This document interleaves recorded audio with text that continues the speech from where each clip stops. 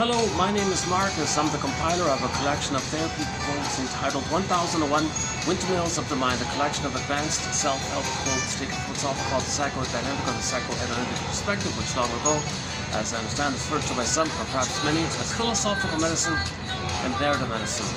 All part of the ongoing process to cooperate with the part of the psyche, the system, part of nature that's trying to heal. And we're always trying to heal whenever there's a wound. It's part of nature, it's built in. Innate drive for healing, innate processes of healing are always going on. But sometimes our memories make us so afraid of healing, we block it. So we study this blockage, shine a light on it, see if we can loosen it up a bit to allow the healing kind of thing. But that process involves numerous factors. So we explore these different theories on how we can shine a light on this blockage. How can we identify this blockage or resistance to healing? How can we identify it? Well, the child uses defense mechanisms to cope with trauma. Operations of the mind, maneuvers of the mind, mechanisms of the mind, known as psychic defenses. He's got to protect himself from the pain, so he's got to bury the memory, bury the trauma, not know the pain, but it's repressed, that's causing the problem. He'll be frozen there, stunned there, so he's kind of living in a suspended kind of place, emotionally speaking. Yes, the rest of them develop, so you can still get 10 PhDs, 10 sports awards or whatever, but we live to the extent that we feel embodied, we feel real and alive, we feel the golden ball, the blue jay, the radiance of called embodiment and soulment. But that part of us, that authentic core and soul part of us called embodiment and soulment gets frozen early on with trauma, and that's the issue. So the freezing is kind of a protective thing.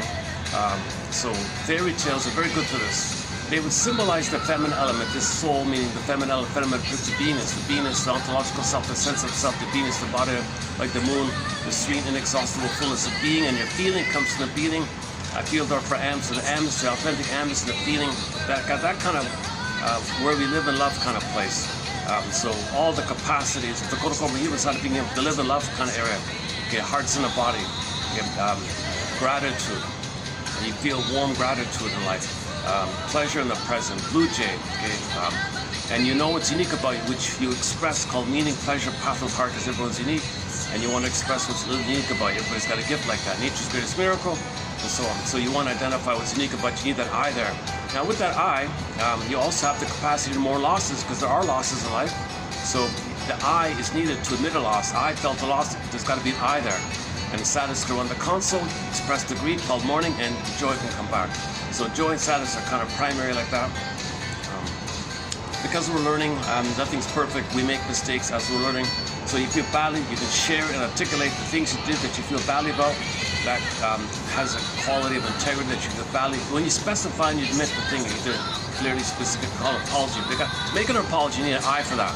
So this is the real I we're talking about. Not the defensive I, the false I, the neurotic I, or neurotic pride I, or this vindictive pride I, some kind of other kind of I, this defensive I, this made up I, narcissistic I. So there's two kind of I's like that. So we're talking about the authentic I, the real self, this is the core I. So in the Greek myth, this core, representing the core self, okay, she's on the field, so she's civilization of the core self, so this core, princess core, she's on the field like that. The metaphor means when there's a gap between what the baby needs for his feelings to stay with him, for the core to stay with him, and what he needs and what he gets. If there's a gap like that, okay, the crack, the geological metaphor, the crack in the earth, the gap in the earth, she gets pulled down, called repression. Pain, psychic pain. So the swoon, Emily Dickinson says the brain sets the person to swoon, endorphins to numb it over. But the image is pretty clear, Miss Core's not there. So where is she? So where's our soul? Where's our feelings? Where's our budding beauty? It's meant, so that's a symbol of our ability to feel real, alive, embodied, to stay with us, blossom with us. So it's meant to blossom and stay with us, but that's frozen. So she's not gone, she's just exiled. So Miss Core's kind of repressed, disappeared, going on, not with her kind of thing. Sometimes the princess locked in a tower like Rapunzel, and the coma like Snow White. Sometimes the princess morphs into a bird or a fox, runs away, flies away. And there's many ways to describe or symbolize that we're not feeling real and alive like the stuffed rabbit, like the song, logical song, Roger Hodgson. So once again in that song, the protagonist in the song says, you know, I think I felt live and happy when I was a little kid, birds singing happily in the trees.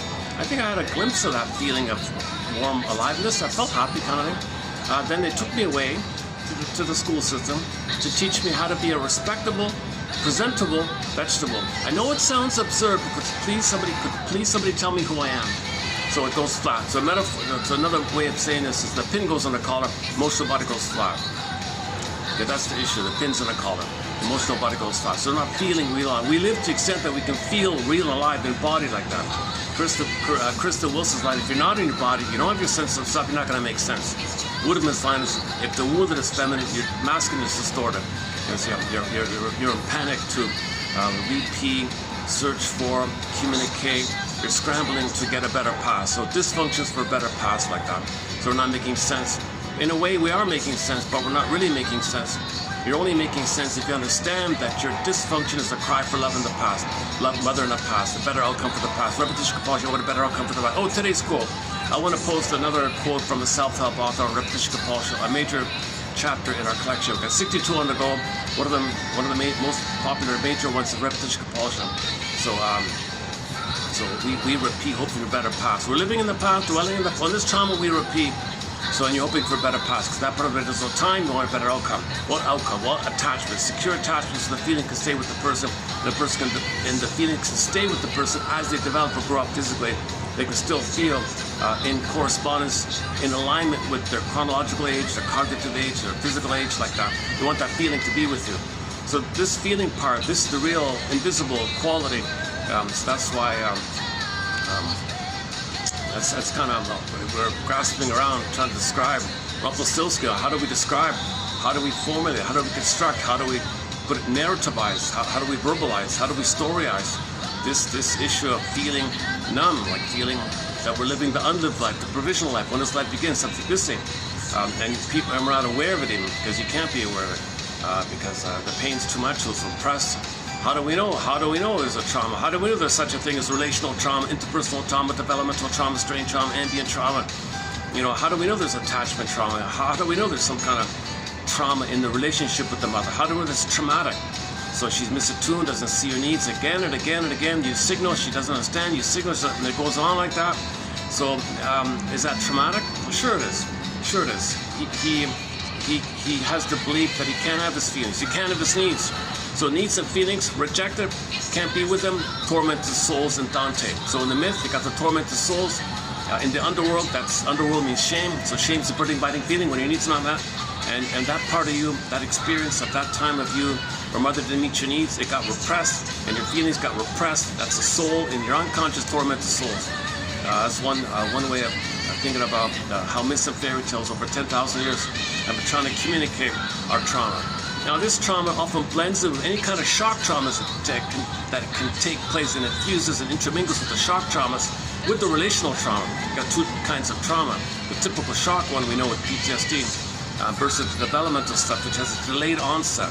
So there's two kind of traumas like that. So you got prenatal trauma, birth trauma, circumcision trauma, other procedural traumas, any kind of like shocking kind of things. It's too much, and baby spaces out in trance, hypnosis, kind of disassociated. Some people call it unthought known, unthinkable known, unthinkable unknown, disassociate what happened. So you're kind of suspended in a little pocket like that, and it's haunting you, the idea of being haunted by the past, this whole thing. So when there's trauma, and whatever combination of the trauma takes, Russell describes it as, well, you better think of trauma and repetition compulsion as synonymous, because it's just common sense. If the baby's in pain, he reaches for mother.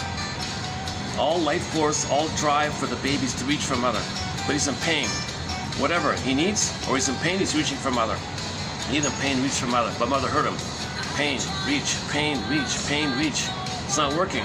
In ancient Greece, this is called kleplos, this mindless repetition. So you want to be mindful of it, but otherwise, early on, it's kind of mindless. So repetition compulsion. Tantalus, if it's weaning trauma, they use the tantalus whip. The baby reached for the nipple, pulled away, reached, pulled away. So the apple and the fruits pulled away. Mother prematurely weaned the child. So tantalus rejected, try again, rejected, try again, reject. So you do it with symbols. So instead of the mother, you fill in symbols called oral fixation, smoking, drinking, gambling, prominent. You use for oral fixations a symbol to continue the repeat, to continue the hope, to continue the repetition, hoping for better past. All oral fixations, dysfunctional living, repetition compulsions, to hope for a better past, like that.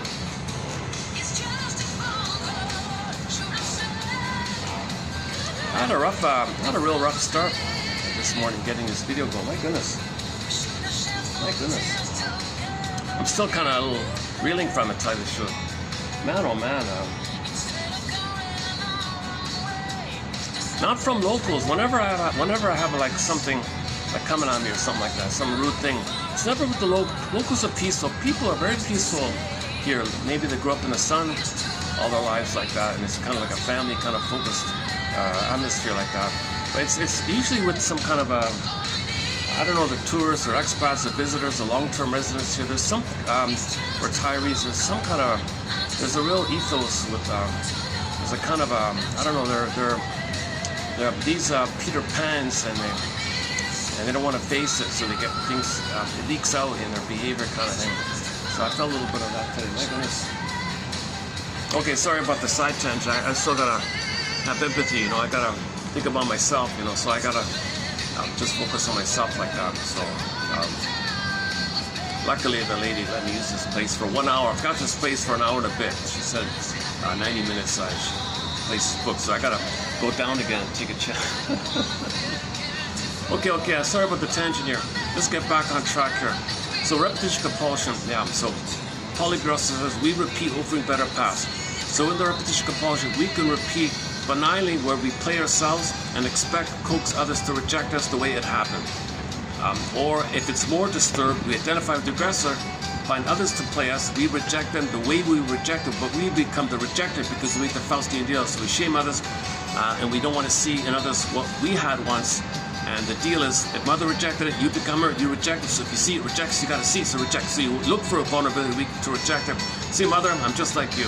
That's a more disturbed situation. If the baby crosses over and identifies with the aggressor, he loses himself. Self-help book, there's a self-help book entitled, Do I Have to Give Up Me to Have a Connection with You? Identification with the aggressor. Faustian deal, Faustian pact, Faustian bargain, and at least a Talionic issue.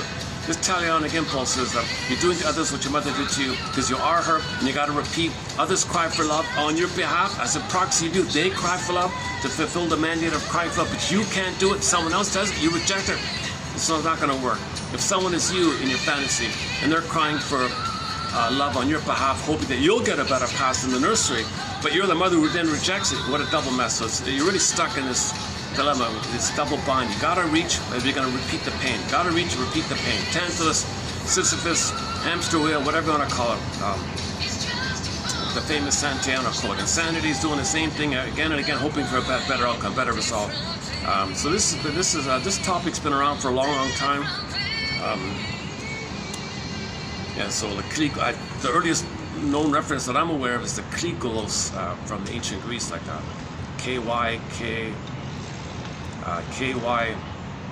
KYKLOS, something like that. Anyway, it's online like that. I recently discovered that phrase. So yeah, once again, I just found this morning a self-help author back in the 90s who wrote about grief and all that, relationships and grief. So her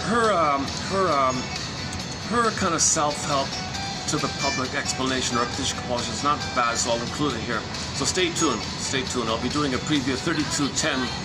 And the quotes below I've discussed in the past, so I'm not going to do it this time around, but I want to focus on 3210. So what you'll hear in this video is 3210 in preview mode. I'm still playing catch up with my quotes here. But just to clarify the opening premise here, so we're born a body, budding beauty, emerging self, frozen. The rest of us develop, but the real place freezes. That's the issue. So we're not making sense. So we use our PhDs in physicality and physical age and school learning and book street smarts and school learning and academic. We use everything in life in the service of this, the service of a better outcome. And the cortex provides cover. The id says to the ego, provide cover. Don't let the person know that we're hoping for a better childhood past. Don't let the person know.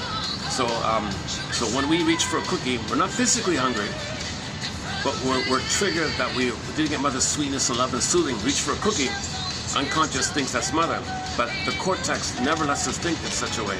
Provide cover like that. So the pain makes us unaware because we have the hope to chase. We gotta have the hope. Now we gotta maintain the hope. So once again, the trauma, the set points are too high with stress and cortisol, and the dopamine kicks up for the hope part. And the oxytocin for love, and the serotonin for safety and pleasure, the here and now love and happiness chemicals are too low, stress is too high. Disney film, joy and sadness get zooped away, fear and anger hop up. it's too high, revved up like that. And dopamine would be there. So dopamine is the hope to chase for mother, a similar mother, to get mother's love in the past to correct the set points. Janov says it very clearly. Repetition compulsion is the hope to correct the set points. Nonsense. No cookie is going to undo what your mother did back in the nursery. But you're hoping for that kind of thing. So it's not going to work. He calls it symbolic acting out. In each round, it's called a symbolic act out. Typically, we say transfers acting out. Or you see the present through the stencil again and again, hoping for a better past. Different ways of saying it. But again, Klegels, repetition. It's mindless if you're doing it without reflection. If you can reflect, then it's helpful, because repetition compulsion at the same time is nature's innate drive to help us heal, help us to remember, help us to heal. So when we repeat, there's actually an embedded attempt in the psyche to make us aware of the past. So we got to make the infants cooperate. So in Snow White, when she cooperates with the dwarves and they help her, the dwarves are mining up, they're miners, they mine up information, they mine up gems, they mine up knowledge, and share it with her kind of. And she befriends them and they help her. So we gotta cooperate with this innate processes. So back to Snow White, when the mining took place and she gemmed all those gems, knowledge, repressed trauma, new knowledge like that. And when she got enough like that, and she could wake up, that moment of waking up, the civilization is, she can now do from the feeling. The princess kiss, she can wake up, do from the feeling. Now she can do from the feeling. So now it's a health, that's what you want. You want to be able to do from the feeling. Yin and yang, moon and sun, night and day. There's a harmony between your doing and your feeling. So your doing comes from the feeling. So that's embodied living or mindful living, or your doing comes from the feeling. So ethics, morality, virtue, and from the real stuff. That's the normal state of affairs, to do from your feeling. You embody it like that. So that's but prior to that point of the wake up, where the symbol, or if there's a marriage, similar idea. So the prince and the princess means now you're doing. The masculine prince, male, masculine metaphor means you're doing. The doing can come from the connection with the being. The yin yang. Think about the Tai Chi symbol, the flow like that, or night and day, or moon and sun like that. So your doing is rounds from the being, then the doing from the being, the doing from the being. Maiden King, Bly likes to use the metaphor, the fairy tale Maiden King, and Woodman as well. So the king is the masculine, but the maiden, the feminine. So the feminine is there, and the doing like that. So similar idea. When the mother complex is resolved with the Medusa, Medusa was so the resolution of the mother complex. You forgive your mother, you understand she was impaired, admit your anger, grief. Then Medusa poofs to the Chrysaor, and the Chrysaor and the Pegasus. So the Pegasus is the feeling. So you feel real alive. That's your soul. Pegasus is like the embodied, the soul. And now the guy, the strong guy with the Chrysaor guy. That means the masculine can now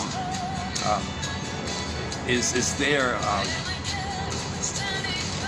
with the horse, like so the Chrysaor pooped to the 12 muses, and the muses put into form. It doesn't have to be the specific 12, but you're living in whatever form it takes. Those muses would ride a Pegasus. So your feelings underpin your embodied doing. So embodied doing, okay, Pegasus, Chrysaor, Pegasus, muse, like that. So that we're trying to get back to this place where our mindful doing. It's a calmer feeling, it's a warmer feeling, it's a pleasant feeling, called a serene, inexhaustible fullness of being, where you feel real and alive, and you no longer need to ask the question, who am I? Because you feel it, like that. Not this neurotic, arrogant, narcissistic, bitter revenge stuff. That's the perversion of all the bitterness. And all the bitterness is still a cry for love. Everything's love or a cry for love. Everything's love or a cry for love.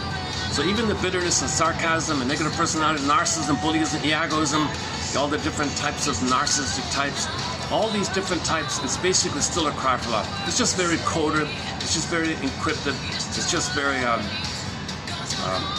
encrypted and encoded like that. But it's still a cry for love. But they're not aware of it. So it's mindless repetition. So narcissism is a mindless repetition.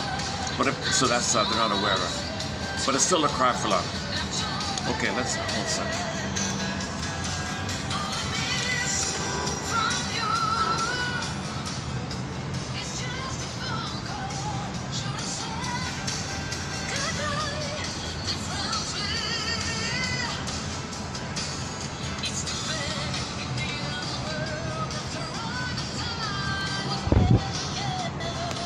Go back down, I'll have to do it right in the sun, eh?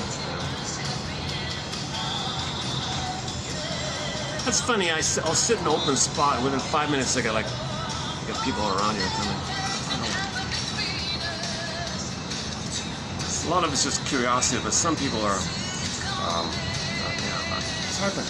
It's hard. Sometimes hard doing this in a public park. Most of the time it's okay. Occasionally I get people who are frustrated or something, looking for something, looking for connection, looking for an opportunity or something. I just run. Oh my God, I can't help you. I can't help you. I'm not a shrink. I'm not a counselor. I'm not Virginia Satir. I'm not Carl Rogers. I'm not Master. I'm not. I'm not. What's that guy? August Acorn or something. This powerful, charismatic character who can help all kinds of people. I'm not that kind. I can't do that.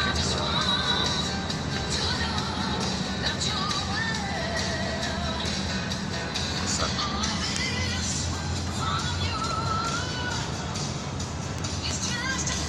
I've been analyzed myself, so I keep this sense my woundedness, right? Okay, let's get back on track here. I'm kind of mindful of the time here. I'm kind of rushing here. I wish you'd give me longer time. Son of a... No, I'll take it. I'll take the 1 hour here.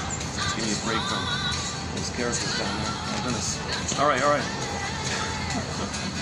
wish I should trim up these kind of comments. I keep in all my bloopers and awkward moments like this. I kind of a little bit lazy like that. But if you go to the shorts section, you'll find some trimmed out sections, some tidy sections. There's some good shorts. There's some good shorts. If you listen to 10 shorts, I'm hopeful 1 out of 10 will be of interest. Odds otherwise.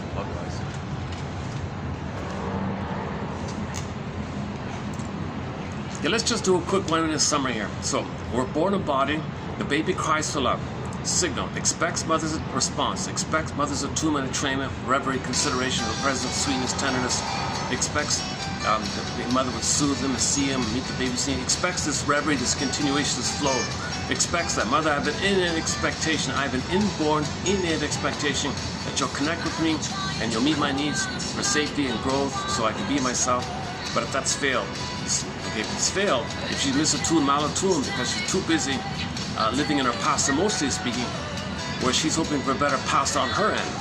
So she might actually shame the child in an attempt to remember that she has been shamed, not seeing the child. She might turn to the child to mother her because she was never mother. She might communicate what happened to her in her anger, telling the world what her mother did by shaming the child as if to say, look, what happened to me? My mother did that to me. I do that to my child to embarrass my mother so my mother can change her ways and invent a time machine. So the child might be pulled into the mother's unresolved trauma, unmet needs, unprocessed trauma, unfinished business, battle with her mother. And she's pulling the child into her drama, in her theater of the mind, putting the baby in roles on her end, different ways that can take place. Lucy Holmes has interesting theories about it. Scapegoating is a big part of it as well. There's a lot going on with how mothers can assign a certain role to their child, to play a role in her for her needs. She's using the child for something on her end. So the child's not being seen, he'll be stressed out, he'll be, I can't do this, mother.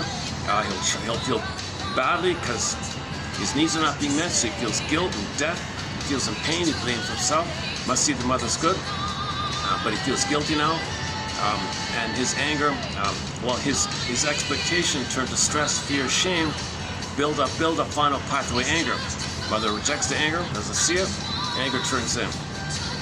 When the baby's anger, which is a cry for love, turning to anger, rebounds back in himself, the way to maintain his hope for love, for mother's love, is that it's in its anger form, but it's in its rebounded form. So rebounding anger is still the cry for love to mother. Okay, so in order for the baby to maintain his hope for mother's love, he's maintaining how it turned to anger and rebounded in, how it's attacking himself. So he's criticizing himself, blaming himself, okay, belittling himself as a cry for love from mother. But it turned to hate, and he's hating himself. So self-hatred means, mother, I want your love. See, I'm hating myself. It's a weird thing to think that the baby's hating himself, that really it's code for the underpinning river that he wants mother's love. It just turned to anger, rebounded him. So there's a lot of material about how this works. Go to Capek's, not Capek's, policy holder, which one is it? one author talked about the rebounding. A lot of authors talk about the rebounding of Christ. It's like a river block turns in on itself, right? So to maintain the hope, the attachment, that one day he'll get mother's love, he's got to continue that cry, but turn to anger and hate himself. Berger calls this a major crime. He can't know this. Okay? So the hope is get into dopamine, chase for a symbol. There's the hope. So when you chase for symbols, if the symbol functions as, the symbol's not real, but it functions, it gives you the excitement of the dopamine of the chase, because you anticipate getting mother, mother's gonna love you. So you're kind of excited, you're hopeful, and that gives you chemistry. So you feel important in the process. You feel everything's okay because mother's gonna be there. But really, the cookie is just a small part of it. The concentrated sugar tricks the mammalian part of the brain to perceive the person safe due to surplus food. Surplus sugar food means the brain thinks the baby's safe, so he'll get serotonin of safety from the trickery of being safe by surplus food, not mother's love. So it's just a small thing. But since it's a symbol of mother, it's going to trigger when he did have mother. Now he's going to trigger the good old days, the fantasy of when he was one of the mother. And during that time, that was a blissful euphoria. That was a delirious euphoria, oceanic feeling, blissful oneness, oceanic ecstasy, one guy calls it. Garden of Eden, Shambhala, Shangri-La, paradise, an immense amount of safety, blissful, floating happiness. Those chemistries are going to come up above the pain he's feeling. It's considered addictive, so you got to choose for the symbol. The symbol is a fake mother, a stand-in mother, a substitute mother called the ersatz self-object, rest of self-object, after the baby. And it functions, these ersatz self-objects or oral items, oral fixation items, they function as a triggering device. Alman and Paul called it ATMs, addictive trigger mechanisms. It's a mechanism to trigger the good old days, to get up the chemistry above the pain you're feeling. So you got the set point too high, too much pain, and the good chemicals too low. So you want to blip up the happy above the pain. Blip up, chase, blip up, chase, blip up. Now you're dopamanium. So you got dopamine is for this. So the brain cranks out a high level of dopamine to chase, so you can get the good chemistry above them. You don't want to be in pain, so you got to chase. Enter the Twilight Zone episode of late. I think of Clifford. He's a good example. He was manically greedy, trying to get everything. Finally, at the end of it all, he owned the planet, basically. No more to chase. He begged the devil lady, played by Julie Newmar, a funny one. Please take me back to my youth, but keep my knowledge intact. And now with my extra knowledge, I can plunder more. He had no chemical wherewithal, i.e. oxytocin for love and serotonin for pleasure and safety to enjoy anything he couldn't love. He was a classic Don Juan. He chased the girl, next. He couldn't settle in and accept any kind of connection. He couldn't connect, no oxytocin, no bonding, okay, no pleasure. He just had, he could, only quote-unquote happy chemical was chase. Because the chase would blip up the uterus chemicals. That's the only kind of time he felt safe and happy in the good old days in the uterus. Hence the joke, we spend the first 9 months of life trying to get out of the womb and the rest of our lives trying to get back at it. So he was manic to chase the back-end chemicals. So he had to chase, he couldn't calm down, no mindfulness. He had to, so he was a despicable character, even the devil hated him and taught him a lesson. Kind of an interesting episode of late, I think, Cliffordville, yeah. Season 4, just finished season 4. Towards the end of season 4, Twilight Zone. Oh, before I forget, oh man, yesterday last night I was watching, I discovered a new sitcom from the 80s called Baby I'm Back. Oh my God, this show, Baby I'm Back, starring the guy who played, what's his name? The Red Fox, was it Fox? I forgot. The grumpy old man and the son. Oh, Sanford and Son. The guy who played the son in the other sitcom, Sanford. I never watched that show. I didn't like him. Who wants to watch a barking guy complain all the time? His son was always being nice to him. Anyways, that guy, Desmond Wilson, is all right. He did a follow-up after that. And he did another episode. Ran for 1 season, only a short, half a season or something. It's very good. It's called Baby I'm Back. If anybody is dealing with healing from or recovering from the gambling issue, that's a very good show, I think, because he was a compulsive gambler. He had to take care of 3 bookies, he said, but he went into massive debt and ran away and left his wife and kids and all that. He's trying to come back and make amends. So the whole series is about him trying to make amends and all that. He's an ordinary, likable guy, but he lost his way and he wants to, he wants to redeem himself, have a second chance. Of course, the wife's giving him a hard time, and it's a whole comedy like that. And then, and the mother-in-law hates this guy, right? And there's just a 5-second clip I want to play here in a minute, where the mother-in-law hates this guy for dumping his daughter like that, and now he's trying to come back. But there was a moment where the mother-in-law said to the grandkid, because the doorbell's ringing, "Oh, that's him, is it? Yeah, okay, let him in. We can have a meal with us." What? He slaps himself in the face. I must be in the Twilight Zone. It was so nice. It was kind of fun to see references to the Twilight Zone, because it is like a different dimension. This mother is gonna like accept him. We're in another dimension. So in her deep unconscious, there's another dimension there. She denies this guy. I mean, in regular life, she denies this guy, but in the Twilight Zone, maybe she wants to love this man or something, wants to accept him. Twilight Zone. I'm in the Twilight Zone. It's a great little... Before I forget, hang on here. I've got it queued up here. Hold on a second. Let's see. Hopefully it's still here. Hang on a second. And I want to play a short clip of Robert Bly in a minute. Let's do this.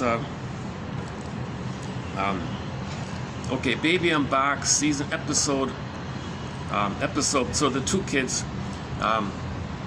By the way, the kid actors are amazing.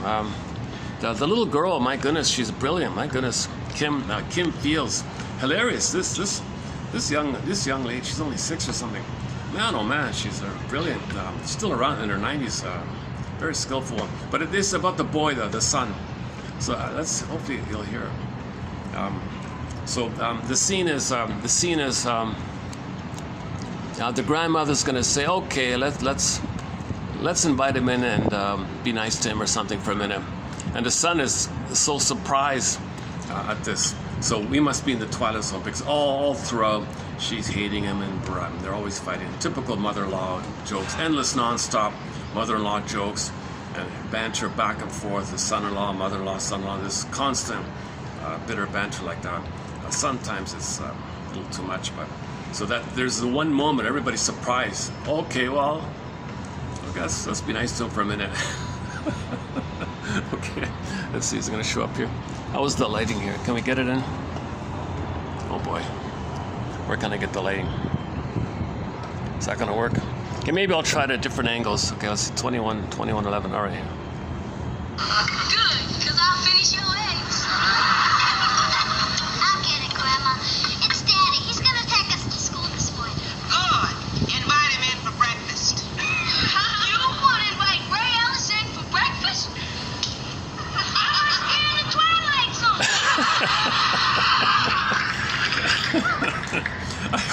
Ready to go? I've been talking about the Twilight Zone all year long, so it's just a fun little... Let's just try it again. Yeah, sorry.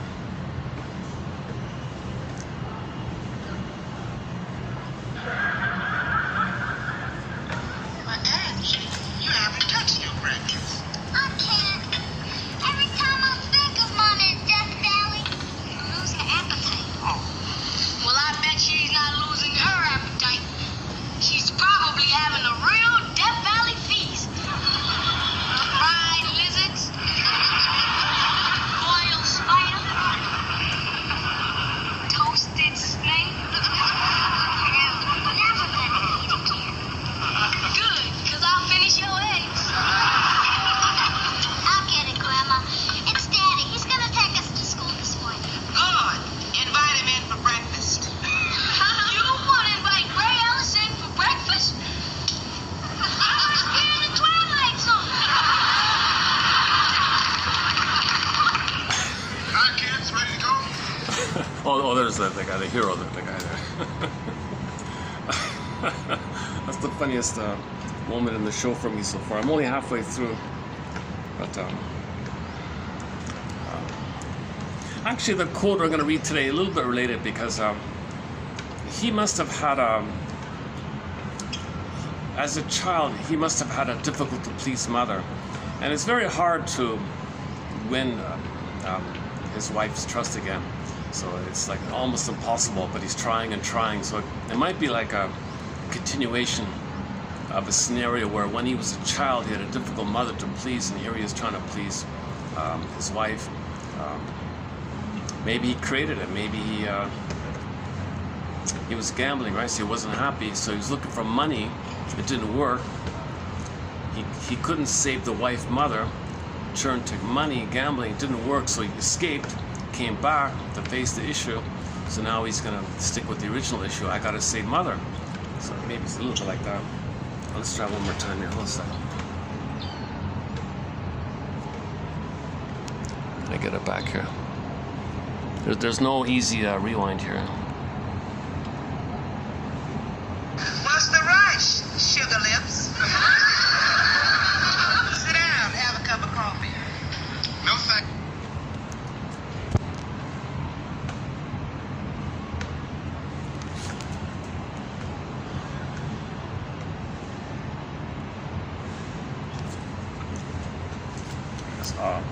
He said it freeze is up. true. Now, just Oh, here we go. remind me. When Lot ran, who was right behind him? Mrs. Lot. That woman was the salt of the earth. And the Noah built the ark. It wasn't a single storage. And the lion had a lioness. Okay, hold on. Let's skip all this part. Give me a second to fast forward. By the way, the wife played in room 222. That one there. For 5,000 years have been following their men. And the smart ones pretend they like it. They're talking about the male-female roles and all this. Mama, say goodbye to the kids for me. All right. Oh, Olivia, you can't mean this. And why not? Women have always chased after men. Why'd she take a joke? She married you, didn't she? This isn't like you, baby. I know you don't want to go. I certainly do. What woman could spend 3 days with Wallace Dickey? A woman who spent 7 years alone.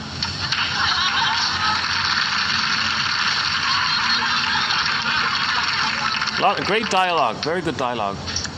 Mama left last night without even saying goodbye.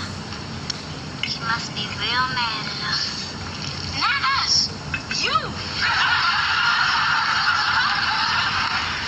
It was your blade that drove her out. I was just the star who saved it. But Angie, you haven't touched your breakfast. I can't. Every time I think of Mama in Death Valley, I'm losing appetite. Oh. Well, I bet she's not losing her appetite. She's probably having a real Death Valley feast. Fried lizards, boiled spider, toasted snake. I'm never gonna eat again. Good, because I'll finish your eggs. I'll get it, Grandma. It's Daddy. He's gonna take us to school this morning. Good. Invite him in for breakfast. You want to invite Ray Ellison for breakfast? I must be in the Twilight Zone. I must be in the Twilight Zone.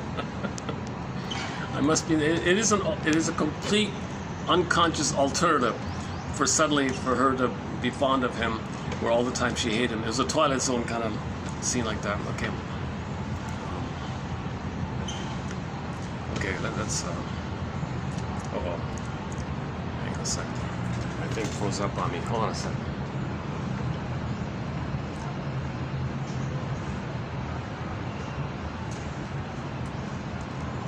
You know what? Since it's quieter up here, let me play this. A little good news. Somebody posted an older 1987 Robert Bly speech he gave at some kind of conference. So I just started in on it, just the first 30 minutes. So let me play about I don't know, maybe 5 minutes of it. So he talks about his personal journey. The main one is that ultimately a man at midlife has to approach his father and say, I no longer accept my mother's view of you. Like the son has to find a way to psychologically accept the connection with the father, because mothers often break it. Mothers gobble up the sons, devour the sons emotionally, psychologically, and they have no connection with the father. The father's kind of out of it. So either it's not like you have to reject the mother, but you have to connect with the father somehow. So he discusses this transition from leaving the world of the mother, and connecting with the father, because father's not around. Fathers feel out of it, they're unconscious. So he says sons should make an effort to connect with the father like that. So he talks a little bit of it. So let's see if I can. It's only audio, so let's just do this. Let me do it like this. It's been a long path for me. And if you ask me then, what made you, why didn't you stay then like Robert Graves and work on the feminine goddess for the rest of your life? I don't know. But I think that something happens to the male around the age of 45. 35 is said to be the point at which we stop living our parents' lives. Around up to 35, we are said to be living the unlived life of our parents. It's going to be a mess. Depending on how much your parents didn't live is the degree of the mess you'll have. And in the 60s, or again the 50s, when the men and the women refused to live their political lives, in Eisenhower time, when everyone went out on the golf course, then their children in the 60s had to live that life whether they wished to or not. And that's why they were flooding out for those rallies. And it's also one reason why the 60s ended and didn't continue, because they weren't really living their own political life. They were living the unlived political life of their parents. You hear me what I'm saying? That's just a thought. And at 45, another thing happens, which is the man begins to move toward his father. With me, I was associated with my mother, and in her world before that. And just to judge by the way things are and the distance between myself and my father, it was very likely that I would remain there the rest of my life. But something happened. Something happens around 45, and you begin to think about your father and what that is, and moving back and doing that, or whatever that is. I believe it's as regular as molars coming in. This is the father molar coming in. And it's sad for younger men when they're at the conference to realize that they probably won't do much with their father. They're only 25 or 35 years old. That they've got years of distance between themselves and the father before something starts to move. I believe that you can speed it up, but we're just talking about ordinary American types. And that happened with me. And at that point, I became terrifically interested in what the male was. Second thing that happened is that my daughters were older. And I was raising my daughters at the time that I was studying the matriarchy. My sons came along later. It didn't seem difficult to raise the daughters. It went so sweetly. There was something so sweet about it. And the father has to think a great deal in relation to the daughters. But I must say that Jung was a tremendous help in that detail. And Jung would always say, your daughter is connected. You need to bring your daughter, among other things, to spirit. And if your daughter, don't give your daughter a rose, give her a book of Rainer Maria Rilke. That's my rephrasing of it. And I would do that, my daughters. I wanted to give them roses, I would give them Rilke. Or sugarcoat. I said I'd give them roses once. When my daughter got to be 17, she said, Daddy, can I have my rose? No, I'm 17. I said, yeah, what? All right, then the boys came along, and I realized that I didn't know anything about raising boys. I didn't know what I wanted to pass on to my son.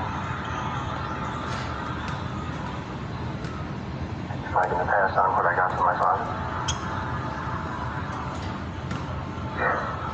What did I get? I didn't know. And so there was that thing about trying to go to my father and see if I could see what there was there. And that's why I'm giving these two reasons. One is just the way every normal man moves. And the second reason was because my sons were coming along and I needed to know. Is that make clear what I'm saying? I said that one reason that the male turns to his father is because after he's been with his mother for 45 years, it's enough. For young women, they look pale when I say to them, I'm sorry to tell you, but the chances are your husband's going to be within the realm of his mother until he's about 45. Oh, no. Oh, my God. Oh, no. I said, yeah, I'm sorry about that. So there's a natural movement around that time, if you pay attention to it. There's a natural reconciliation that takes place. And I said a detail of that